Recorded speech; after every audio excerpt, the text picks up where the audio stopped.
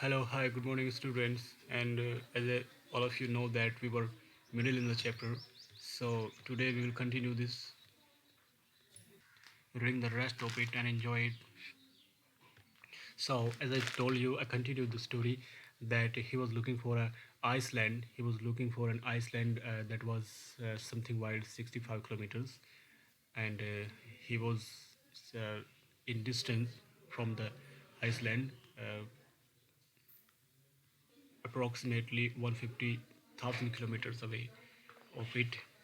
So let's continue the chapter कि वह जो कैरेक्टर है स्टोरी का by the name Gordon Cook वे बड़े परेशान हैं अपनी इस जर्नी से और रास्ते में बहुत सारे डिफ़िकल्टीज़ वो फेस कर रहे हैं और 65 किलोमीटर्स का एक टापू जो उन्होंने अपने एक मैप उनके पास लिए हुए हैं उस मैप में उन्होंने देखा है और जो टापू की जो चौड़ाई है वो 65 किलोमीटर्स है मतलब ये कह रहे थे कि उस विशाल समुद्र में एक सुई की नोक की तरह उसको समझा जा सकता है इतना छोटा और उस टापू से अभी भी 1,50,000 किलोमीटर दूर थे यानी उनको उस टापू पर पहुंचने के लिए 1,50,000 किलोमीटर और अधिक यात्रा करनी थी समुद्र मार्ग के थ्रू। तो अब देखते हैं आगे। While I was thinking Shiv moving painfully join me the left side of her head was now very swollen and her pattern eyes narrowed to slits. She gave me a card she had made. जब narrator ये सब सोच रहे थे कि और कितने kilometre चलना है देख रहे थे मैप में तो क्या हुआ उनकी जो बेटी थी शिव जिसका नाम सुजैन था वो उनके पास दर्द से कराती हुई आती है धीरे धीरे मूविंग यानी पेनफुली दर्द से कराते हुए मूविंग करती है यानी उनके पास आती है और आकर उनके पास ज्वाइन कर लेती है उनके पास बैठ जाती है उनके उनसे आके मिलती है और उसके जो सर था सर के लेफ्ट साइड जो था सूजा सूजा हुआ था स्वोलन था उसकी आंखें काली पड़ चुकी थी ब्लैकन हो चुकी थी और एक स्लिट बन गया था उसकी आँख के ऊपर यानी जैसे आपके कोई चोट माथे पर लग जाती है स्लिट बन जाता है उस तरह का स्लिट बन गया था। तो शिव इनको एक कार्ड देती है जो उसने बनाया था उनके लिए। On the front she had drawn caricatures of Mary and me with the words, "Here are some funny people. Did they make you laugh?" I laughed a lot of as well. Inside was a message, "Oh, how I love you both." So this card is to say thank you and let's hope for the best. Somehow we had to make. उसमें card में लिखा था कि जो उसका front part था front part में तो उसमें कुछ कैरिकेशंस बने हुए थे कैरिकेचर्स यानी कार्टून जिन्हें कहते हैं वो बने हुए थे और कार्टून किसका था मैरी एंड मी मैरी का और नरेटर का यानी उसकी पत्नी का और उसका और उसमें लिखा भी हुआ था क्या लिखा था here are some funny people ये कुछ फ़नी लोग हैं और क्या ये आपको हंसाते क्या इन्होंने आपको हंसाया क्या इन्हें देखकर आपको भी हंसी आई मुझे तो बहुत आई ऐसा उसमें लिखा था और अंदर एक मैसेज भी था कि oh how I love you both कि मैं तुम्हें कितना प्रेम करती हूँ अपने मम्मी डैडी से ये बोल रही थी और थैंक उनका पे कर रही थी और फिर कह रही थी कि आगे की यात्रा के लिए बेस्ट ऑफ लक बोल रही थी कि आपके साथ अच्छा ही हो ये मैं उम्मीद करती हूँ और किसी भी तरह से हमें यह यात्रा पूरी करनी थी ये नरेटर कह रहे हैं somehow we had to make it हमें किसी तरह भी इसको पूरा करना ही था। अब देखते हैं I checked and rechecked my calculations. We had lost our main compass and I was using a sphere which had not corrected for magnetic variations. I made an allowance for this and another estimate of the influence of the westerly currents which flow through this part of the Indian Ocean.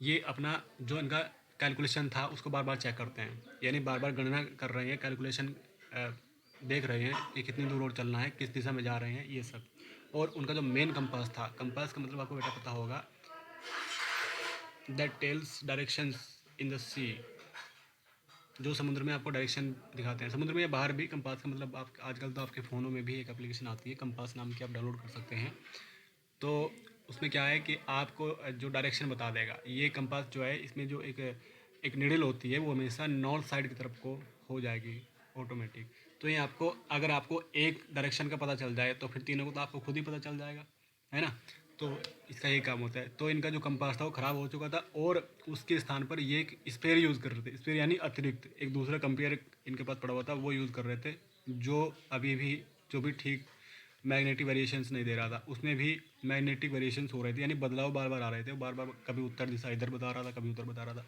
इसमें दिक्कत आ रही थी और फिर इन्होंने क्या किया,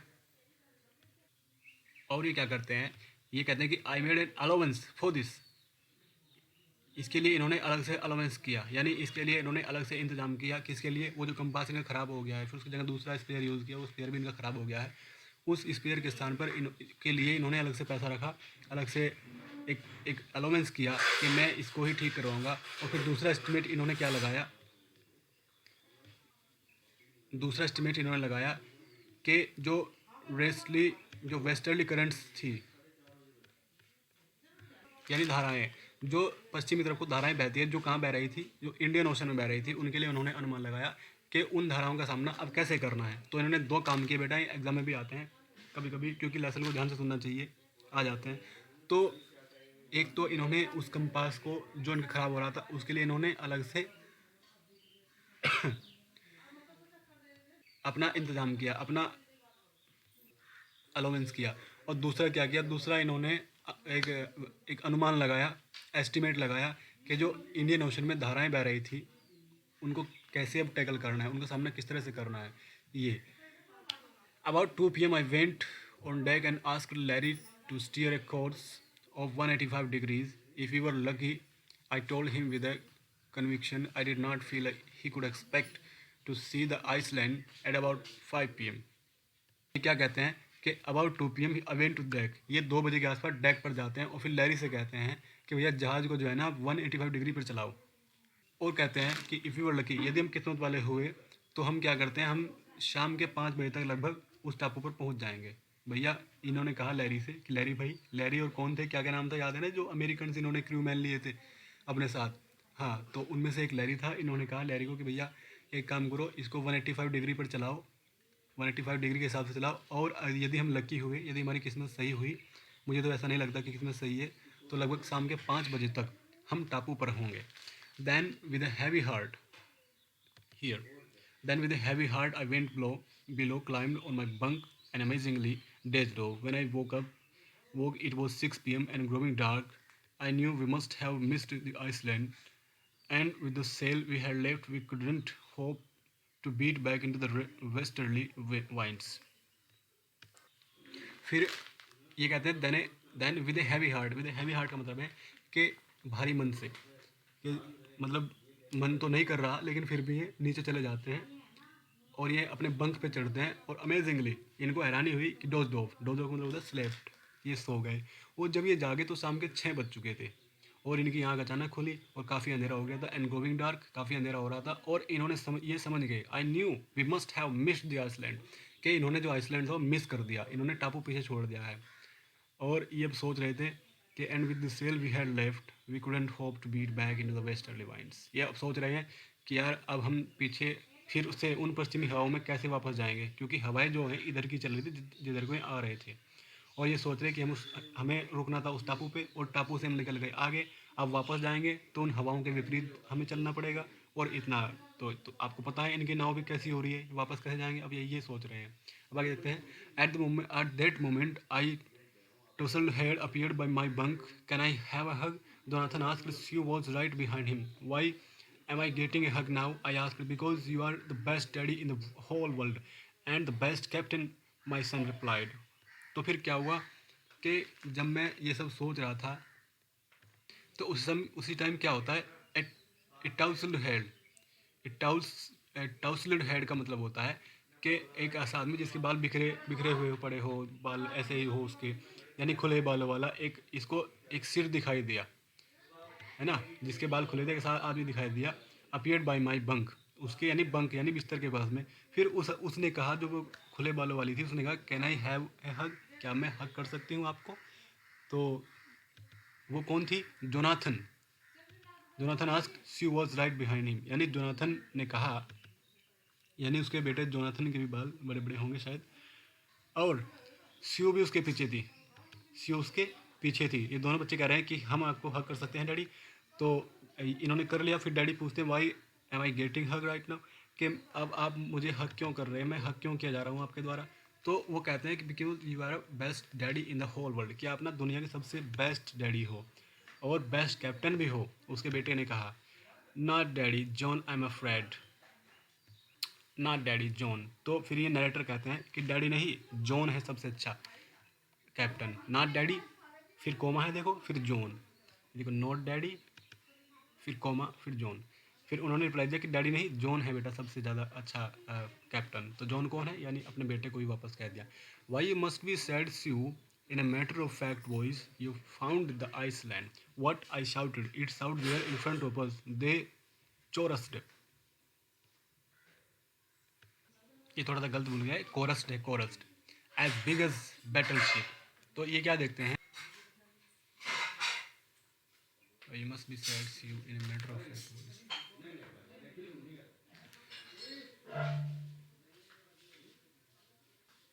why you must be sad you in a matter of fact wise, why मुझे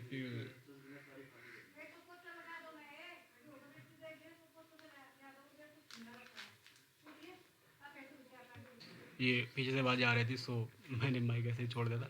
तो बेटा एक मिस्टेक थोड़ी सी हो गई, ये बहुत फास्ट फास्ट पढ़ रहा था, इसलिए टुडे के स्थान पे डैडी, ये डैडी मैंने पढ़ दिया, गलती हो गई थी। तो नोट डैडी नहीं, note today, John I am afraid. तो जॉन, तो ये नरेटर कहते हैं अपने बेटे को कि नहीं जॉन, आज नहीं, आज नहीं, मैं मुझे आज डर लग रहा है।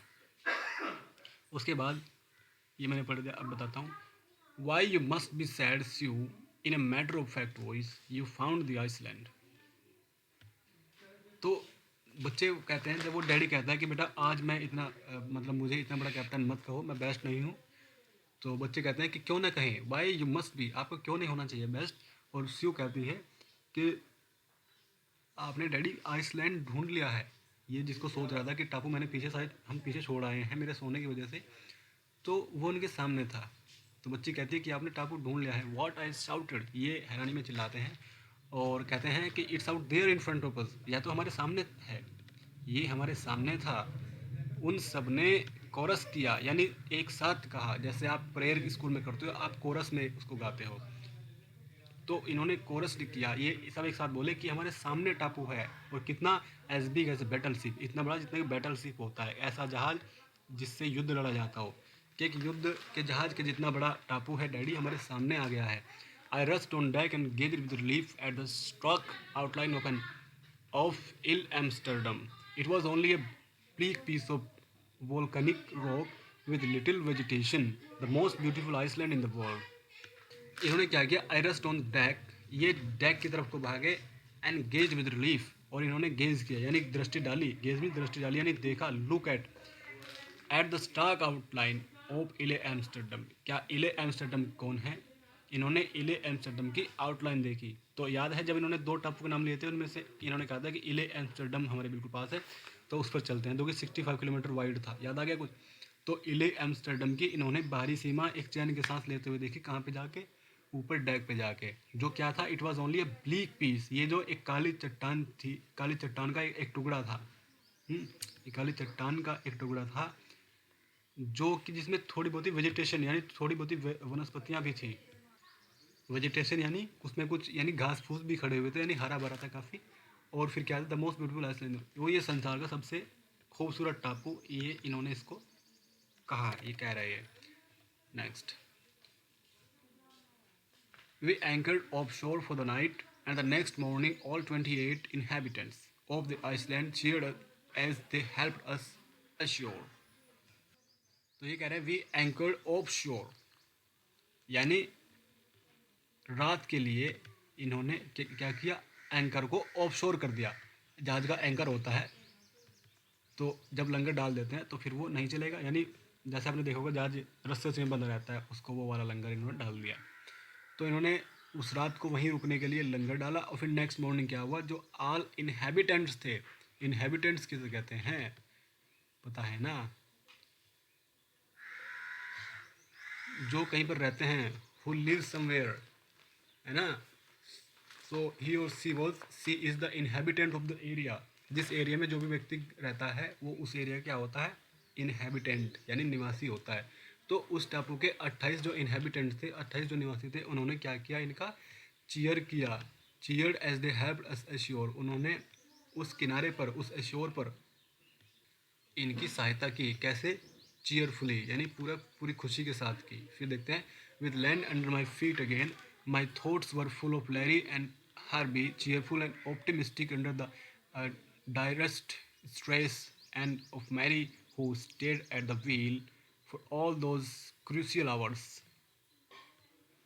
अब ये नीचे तो उतर गए, ये धरती पर तो इन्होंने पैर रखा, with land under my feet again, यानी इनके पैरों तले ज़मीन तो थी, यानी पैरों तो पानी ही पानी था, अब पैरों तले ज़मीन है, लेकिन फिर भी क्या था, my thoughts were full of Larry and Herbie, ये जो थे इनके विचारों में भी लैरी और हर्बी आ रहे थे, वो जो दो क्रू मैन थे। अब ये उनके बारे में सोच रहे थे, बेचारे कितने अच्छे हैं, cheerful and optimistic under the direst stress, यानी इतने तनाव होते भी वो लोग कितने कितने चीयरफुल है, कितने खुश हैं, कितने ऑप्टिमिस्टिक है। ऑप्टिमिस्टिक होता है one who has faith to do something, जिसको एक एक विश्वास होता है कि हम कर दिखाएंगे, जिसको एक आशा होती है, आशावादी से हिंदी में कहते हैं।